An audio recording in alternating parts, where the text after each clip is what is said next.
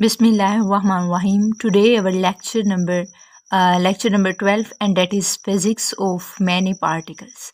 पहले हम एक मखसूस पार्टिकल के बारे में पढ़ते थे कि मतलब उसके बारे में क्या है क्या नहीं है और उसकी सारी इंफॉर्मेशन, उसकी डेफिनेशन और सारी चीज़ें। लेकिन अब हम जो है वो physics of the many particles, बहुत सारे पार्टिकल्स के बारे में फ़िज़िक्स क्या कहती है, उनको कैसे डील करती है, इसके बारे में हम जो है वो स्टडी करेंगे। पॉइंट नंबर 1 है a body is made of collection of the particle. एक जिस्म, हमारा अपना जिस्म जो है वो बहुत सारे जो है कलेक्शन ऑफ द पार्टिकल्स, बहुत सारी वेन से, बहुत सारी आर्टिकल से मिलकर बना हुआ है। सो इसी तरह जो एक बॉडी है is made of collection of the particle, वो पार्टिकल से मिलकर बनी हुई होती है। This body having a centre. अब हमारा भी तो एक सेंटर है ना, बेली पॉइंट जो है वो हमारा सेंटर होता है बॉडी का। बिल्कुल इसी तरह एक ऑब्जेक्ट का जो है वो सेंटर होता है, having a centre for two masses. The centre of mass is. फर्ज करें कि अगर हमारे पास कोई बॉडी है और उसके टू मैसेस हैं तो कैसे वो डील करेंगे। सो RCM जो है इक्वल होगा M1 R1 plus M2 R2 के। यानी कि हमारे पास एक बॉडी है और उसके टू मैसेस हैं, M1 ये है और M2 ये है। अब इसका R1 G हो जाएगा और इसके डिस्टेंस R2, यानी उसने मूवमेंट की तो उनका डिस्टेंस ये हो गया। सो RCM जो है सेंटीमीटर में हमारा M1 R1 plus M2 R2 by M1 plus M2, यानी ऊपर वाली जो है उसमें R1 और R2 का इजाफा हो जाएगा, लेकिन नीचे जो है वो नहीं आएगा।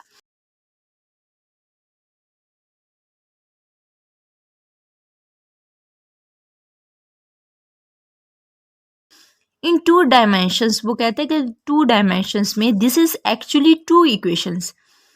टू डायमेंशन में टू इक्वेशंस होती हैं, वन डिमेंशनल में सिंगल इक्वेशंस जो है वो होती है। सो अगर टू डायमेंशनल है हमारा फंक्शन तो RCM जो है वो, ये देखें ना, ये एक्स एक्सिस पे लग रहा है और ये वाई एक्सिस पे लग रहा है, ठीक है। सो इस बेस पे RCM इज इक्वल है M1 X1 plus M2 X2। अब R की जगह पे, R1 की जगह पे क्या आ गया, X1 X2 by M1 plus M2 same as it is, and YC in vertical component M1 Y1 plus M2 Y2 by M1 plus M2, ठीक है। दिस हैव टू पार्टिकल्स, इसके कितने पार्टिकल्स हैं, दो पार्टिकल्स हैं। सेकंड पे example है, second point पे one mass is placed at R। एक मैस जो है वो पड़ा हुआ है, डिस्टेंस क्या है जी 2 सेंटीमीटर का, and second mass equal to first, और सेकंड मैस जो है वो फर्स्ट के इक्वल है, ठीक है। First is placed at RC centimetre 6 centimetre, यानी फर्स्ट अगर 2 सेंटीमीटर है तो सेकंड 6 सेंटीमीटर होगा। The centimetre position lies half way. वो कहते हैं कि सेंटीमीटर पोजीशन जो होती है हाफ हिस्से में, आधे हिस्से में लाई करती है, यानी कोई भी चीज़ है उसका ये सेंटर जो है ना यहाँ पे लाई करेगी, ये इस जगह पे, ठीक है, हो गया। Between two as you can see from, वो कहते हैं कि दो के दरमियान में होगा, यानी देखे ना आपने यहाँ पे देखे, मैंने आपको समझाया कि दो के दरमियान में, तो वो डेफिनेटली सेंटर में होगा, ठीक है, दो के दरमियान में होगा।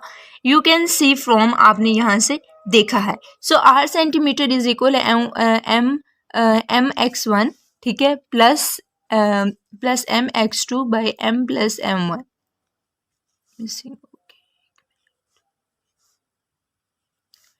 अच्छा M1 X1 plus M X2 M1 plus M2 हो गया। सो हमारे पास 2M इसका क्या आ गया, 2M। अच्छा ये क्या, ये नहीं होना ठीक लिखे मैंने ना, सॉरी।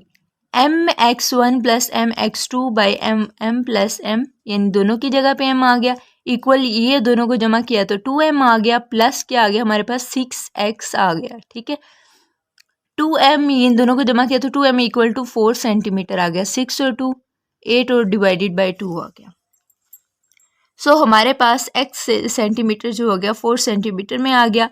X सेंटीमीटर, अब जो इक्वेशन है उसमें पुट करेंगे 3M X1 plus M X2 by 3M plus M। इसी तरह 2 को मल्टीप्लाई करेंगे 3M से, X की जगह पे क्या पुट कर देंगे 2 की वैल्यू, प्लस 6 XM जो है एज इट इज़ उसमें पुट कर देंगे, इक्वल किसके आ गया 3 सेंटीमीटर के, ठीक है, इनको डिवाइड करके 3 सेंटीमीटर के इक्वल आ गया। Centimetre lies closer to heavier body, वो कहता है कि सेंटीमीटर जो होता है वो भारी बॉडीज के बिल्कुल करीब में होता है, पास में होता है। ठीक हो गया। उसके बाद आते हैं पॉइंट नंबर 3 पे, जिसमें वो कहता है फॉर एन मैसेज, अगर हमारे पास एन नंबर ऑफ मैसेज हों, लातादाद मैसेज हों, generalisation of centre of mass position is, तो उनकी मैस पोजीशन जो है वो होगी r सेंटीमीटर इक्वल होगा m1 r1 plus m2 r2 plus so on plus mn rn। ठीक हो गया। n की बात कर रहे हैं तो सो ये n में आ गया, by m1 plus m2 plus so on mn equal है 1 बाई m कैपिटल M के। ठीक है, इसको कैपिटल M के नाम में दे दिया, और सिग्मा n बराबर है 1 की, 1 तक जाता है, और n इक्वल है कैपिटल n के। ठीक हो गया। mn rn जो है ये इसकी वैल्यूज आ गई। सो वेक्टर्स इसमें जो है r1 r2 so on rn and connect with the message m1 m2 and so on mn के। ठीक है, r centimetre approximately m2 r2 plus m2 के इक्वल होगा, जो कि ये कैंसिल होके r2 जस्ट आ जाएगा। पॉइंट नंबर 4 पे आते हैं, जिसमें कहता है फॉर सिमेट्रिकली ऑब्जेक्ट्स, अगर हमारे ऑब्जेक्ट्स एक जैसे हों, मिलते जुलते हों, इट इज़ ईजी टू सी, ये देखना आसान होगा कि वेयर सेंटीमीटर पोजीशन लाइज, तो हमारी सेंटीमीटर पोजीशन कहाँ पे एग्जिस्ट कर रही है। फॉर अ स्फीयर, अगर हमारे पास एक स्फीयर और सर्कल हो जाए, it lies at the centre, अगर हमारे पास स्फीयर हो जाए, सर्कल हो जाए, तो ये सेंटर में मौजूद होगी। फॉर आ सिलेंडर, अगर हमारे पास सिलेंडर ऑब्जेक्ट है, सिलेंडर के लिए it is on the axis half way between two faces, तो ये हाफ वे टू फेसेस के एक्सिस के दरमियान में होगी। ठीक हो गया। पॉइंट नंबर 5 पे आते हैं, जो कि न्यूटन सेकेंड लॉ भी है।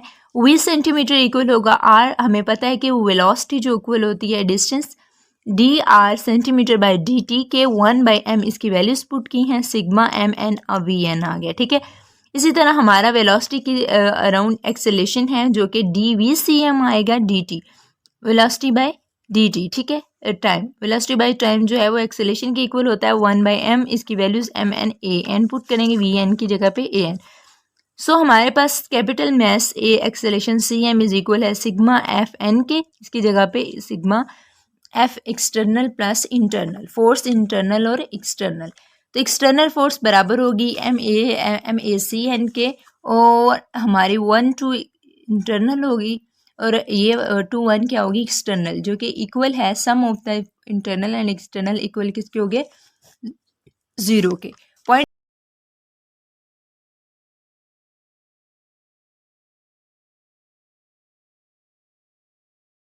नंबर 6 पे आते हैं, जो कि रिजिड बॉडीज के बारे में। रिजिड है, रिजिड मीन्स, रिजिड का मतलब होता है, सख्त का मतलब होता है all particles have fix distance from origin, अगर आपका ये वाला ओरिजिन पॉइंट है तो तमाम जितने भी उसके साइड्स पे पार्टिकल्स मौजूद होंगे उनका डिस्टेंस सेम होगा।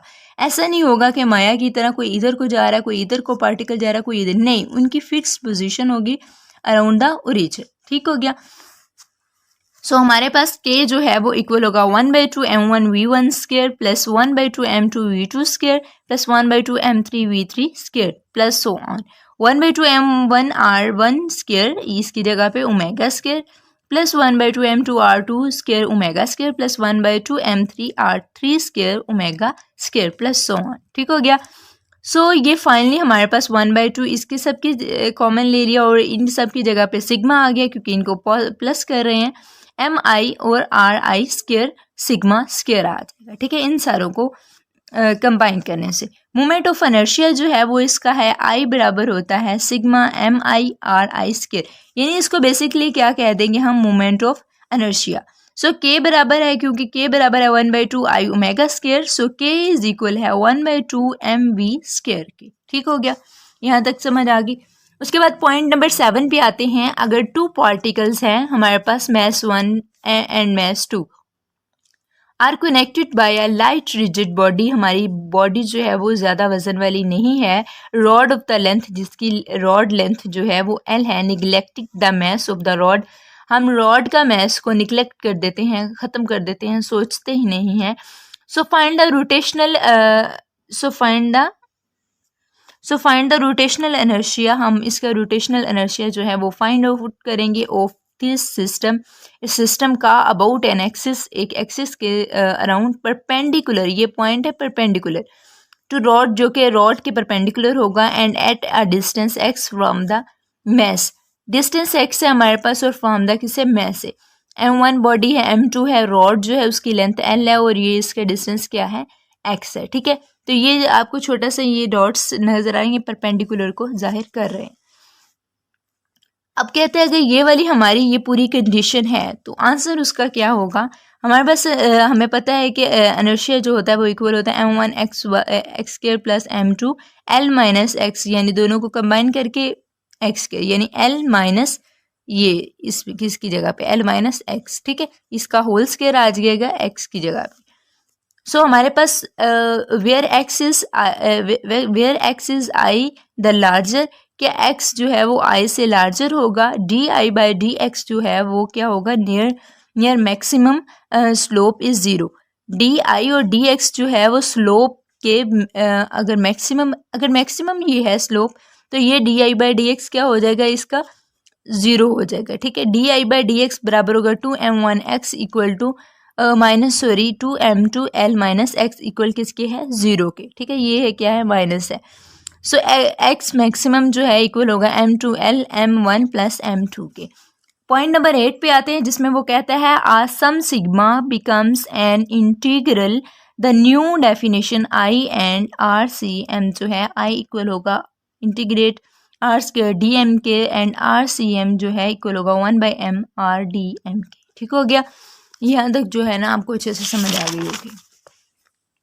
नेक्स्ट पॉइंट की तरफ बढ़ते हैं, पॉइंट नंबर 9 की तरफ। आ सिंपल एप्लीकेशन, एक अगर सिंपल एप्लीकेशन हम लोग लेते हैं, suppose there is a hoop, फर्ज करें कि हमारे पास एक हूप है विद मैस डिस्ट्रीब्यूटेड, जिसका मैस जो है वो तकसीम हुआ है यूनिफॉर्मली एक मुकम्मल रैंडम मोशन तरतीब के साथ ओवर इट, इसके ऊपर।